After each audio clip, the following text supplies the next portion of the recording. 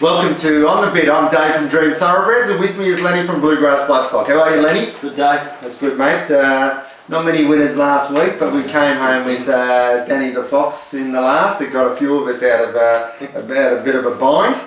And the Sydney Autumn Carnival effectively starts this week. So all the spotlight heads to Sydney, and as usual, the Sydney Autumn, mate, very wet. Very wet. We're looking at pretty much a heavy track on Saturday at Rosehill. So, but there's a big day of racing, and there's 3 Group 1s. And first off, we start with the Group 1 Galaxy over 1100 metres, and a fairly even race, mate. Most coming through the Challenge Stakes last 2 weeks ago. So, who do you like in the Galaxy, mate? Just hope the track plays fair this week. That's all you hope for. The heavy track, but with the prospect of I think it's pretty much going to be heavy. Yeah, I think it will. I've got a bit of a one at odds, which Rain Affair, Dave. Absolute mudlark. Yeah.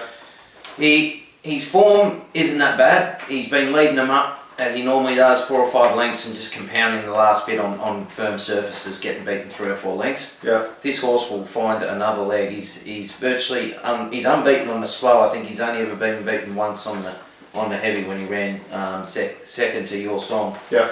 That's right. Yeah.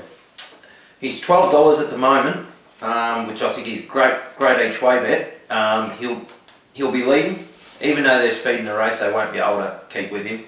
And he might put 4 or 5 on him at the turn and have him off the bit, and he just goes better on that surface. I think he might be hard to catch. He will go hard. A fairly even race. I think they relatively set an even pace in the Challenge Stakes 2 weeks ago, but I feel there's a lot more pressure up in front in this race, with a couple of real noted front runners with Kensella and Rain Affair that generally go fairly hard. And they'll carve out the sectionals. Hence, I've settled for a horse I think will settle 3 or 4 lengths off the leaders, and I'm a big fan of this Son of Lonro, and that's Sessions. He's lightly raced, and I think he has a lot more improvement in him from his first up 6th, beaten only 1.6 lengths in the challenge.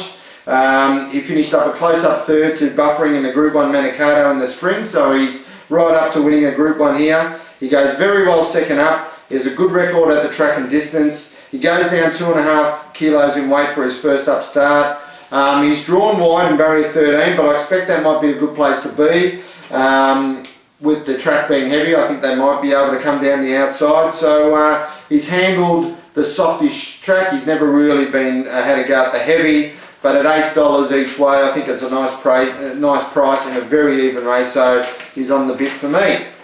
The second Group 1 is the $1 million weight for age Group 1 George Ryder Stakes, mate, over 1600 metres, and yeah, a really good race. This one, a ripper. It is a ripper. It is a ripper. Again, looking for another noted wet tracker. Yep. And that's Red Tracer. She's been well found. She's about 380 in the market. She returned in great style, winning the Millie Fox on a slow track, and then missed the kick and got a bad check last start, and ran on strongly for 3rd behind Appearance. Yep. On a dead track. She's going really well. She's drawn 13, but the 1500 metre start at Rosehill, you've got a really long run in, and she'll be able to just work across. I think Michael Rod will be able to negate that bad gate. Trey Blue and El Rocco will set up a decent tempo for her. I think she's a one for me, but I think Sacred Falls you have to throw into whatever you do. His run last start was really good. He's a great miler, and I think he's ready to go, and his form on wet tracks is first rate too. So yeah, on the bit for mine is Red Tracer. Yeah, I didn't mind Sacred Falls as well, actually, a bit of a price, but I do think maybe the handicap of the Doncaster might suit him a bit more than the weight for age.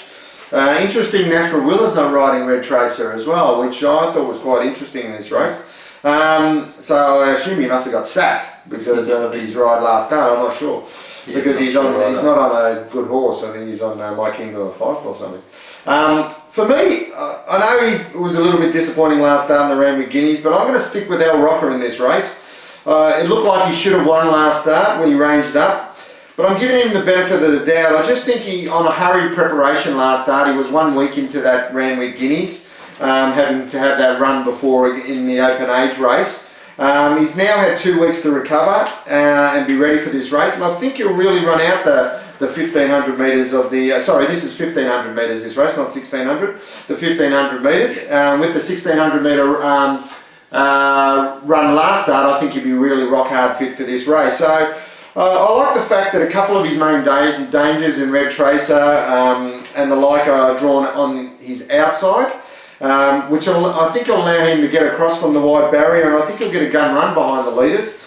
Hugh Bowman will just have him parked and ready to pounce in the straight, and again, he's around about $7.50 for this race, and I really like him each way, and he's on the bit for me.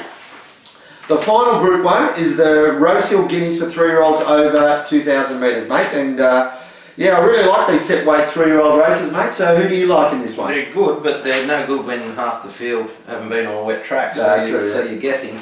But I really like the run of Terranado last start, Dave. Settled back in the Guineas. Yep.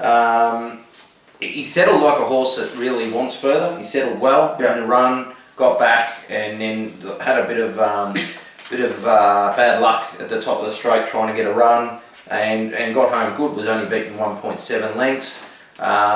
His run in the Australian Guineas at Flemington behind Seamus Award was really good. He was probably the only horse to make ground that day. Yeah. His wet form's good. He's had one start on a slow for 1 win, and a start on a heavy for a second. And I think there's a few question marks about the rest of the field on wet tracks, and also going to that extra trip. So he's on the bit for mine at the each way quote of $8, Dave.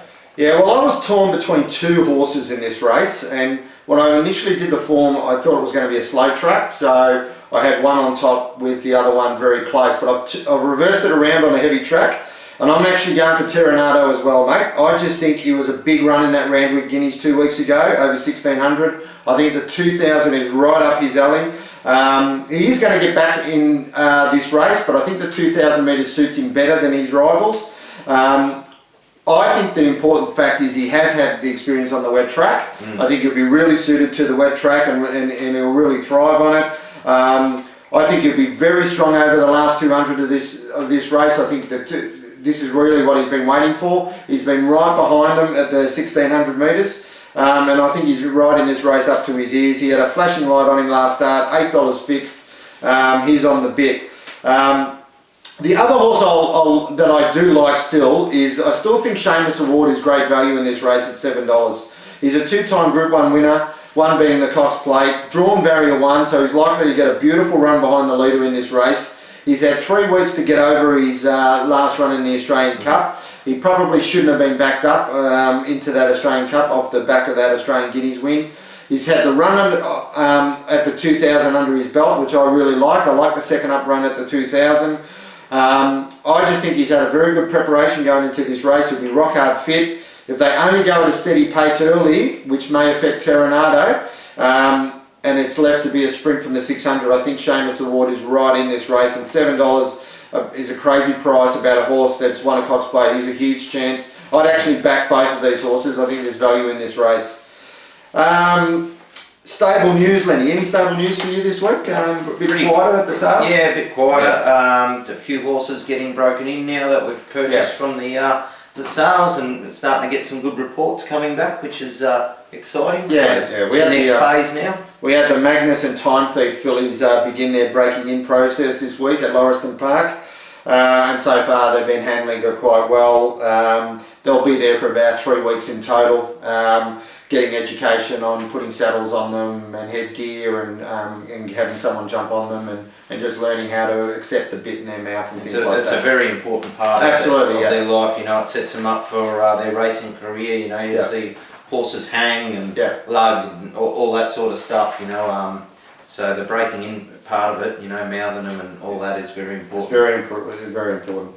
And the other thing is, the last yearling we bought last year was a Dewporth colt that we sent to Bjorn Baker at Warwick Farm. His name is Due Date, and he is set the trial at Rosehill on Monday in the official Sydney trials. So the race is at 10:15. I think it'll be on TVN and Racing Network. The trial is full of unraced 2-year-olds, so it's hard to get much of a gauge on how he will go. But he's continued to improve. The stable have been happy with how he's come along, and he's had 2 jump outs to get ready for this. So we're not expecting him to necessarily win the trial, but we expect him to hold his own, and be competitive. Best on breeding, mate. Who's your best on breeding for the week? Best on breeding is race 9, number 6 in Sydney, Dave, Lucky Largo. Yep. Very well bred. This galloper is by in Costa del Lago and needs no introduction. No.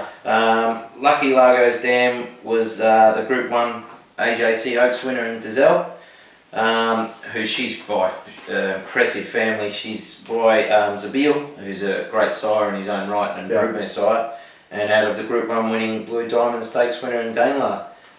3 stakes winners have been produced on the Costa Zabil cross, and it's gone quite well, so he's very well bred. Value bet, we got, as I said, Danny the Fox up last week, so hopefully we get another one this week. I only got one. I've got Moonee Valley race 4, number 6, Hill Spy. He's a favourite in this race. He has actually come up favourite, but he's come up at about $4.80, and he showed some good form against some quality opposition in the spring. Which actually ended up abruptly because he got a bit of soreness and a bit of an injury, so they had to pull him out of the spring rather than go right through to the Flemington Carnival. But he's trialled well for this. He's had 2 weeks to prepare for this race after the trial. He's weighted very well. He's got a lot of upside, this horse, and I just think he's on the bit at the 480, so I think he's lots of value in this race. On the bit, Lenny. Who is your on the bit special this week? Moonee Valley, Dave. Race 8, number 2, Salsa. Yeah. Tackled a good race last start, and she over-raced and was only beaten under half a length. Drawn to get a really nice run on the speed. She maps really well from the gate, and I think she should box seat. Gets in really well with the claim. She's only 2.5 above the minimum. The only question mark is the jockey. But she only has to steer it and she'll be winning. 3 starts at the track for 2 wins and a third. You can get 390 at the moment. I'll be taking that. She's on the bit for mine, so I'll say. I'll tell you what, we're going to have a good day at Moonee Valley, I think, on Saturday, because my special on the bit special is at Moonee Valley as well. Race 5, number 5, May's Dream. I think this filly is quality. She's come on leaps and bounds. She would have come on leaps and bounds from her first up run, which was just okay without being outstanding. But she steps up from the 1200 to the 1523 metres on Saturday, which will really suit her racing style. She ran second at Guelph in the 1,000 Guineas last year. And I just think, well, she's unbeaten second up. She gets into this race on the minimum weight against the older mares. I just think she wins. She's $3.60. I think is a great price. She's on the bit for me. Off the bit, Lenny, who are you laying this week? I've laid it before and I'm laying it again. We keep laying this one, don't we? Race 7, number 5 at Morfettville, Miracles of Life. I'm not convinced that she's at her best, and she's obviously yet to prove herself in open company, and she's never won in 3 starts as a 3-year-old either. All her wins have been in 2-year-old company. Yeah. She's taken on the old and seasoned sprinters again, and to make matters worse, she's drawn a car park. The speed's drawn inside her, and there's one drawn directly outside her that goes to the front. I think the 440 on offer and is very much unders compared to her chances. I'd really like to see her back in fillies and mares company and get her some confidence so that I don't think she's getting any favours at the moment.